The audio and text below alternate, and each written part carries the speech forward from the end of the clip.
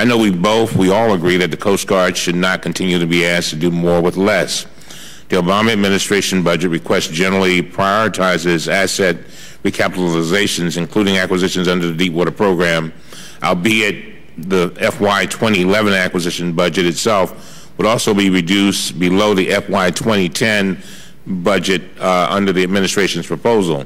To preserve the recapitalizations and to accommodate pay and military allowance increases, the budget proposes significant cuts in the Coast Guard's operations. Specifically, the budget proposes to reduce the size of the Coast Guard's workforce by 773 positions. Mr. Chairman, you just spoke a moment ago about how we have worked so hard to increase positions, and this would be a decrease. The budget also proposes decommissioning 5 cutters, including 4 high-endurance cutters, resulting in the loss of approximately 5,000 cutter mission hours in fiscal year 2011. Further, the budget proposed to remove several H-65 helicopters from service, close 2 seasonal air facilities, retire 4 Falcon jets, and decommission 5 maritime safety and security teams. Given how thin the Coast Guard is already stretched, such cuts would reduce the capacity of the Coast Guard to carry out its missions, an outcome that is simply unacceptable. This impact is clearly reflected in the Coast Guard's own performance measure estimates for fiscal year 2011, which, for example, lower the projected target interdiction rate for cocaine, which the ranking member was just alluding to.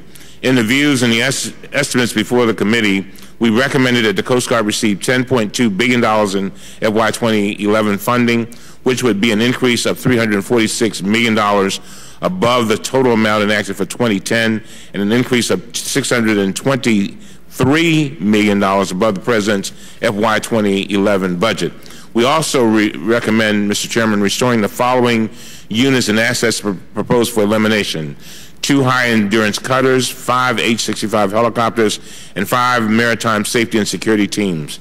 Restoring these units and assets will increase the Coast Guard's personnel count by 841 and increase the budget by just under $38 million. Regarding the Coast Guard's capital budget, we recommend $1.64 billion to fund all planned Coast Guard capital acquisitions in 2011.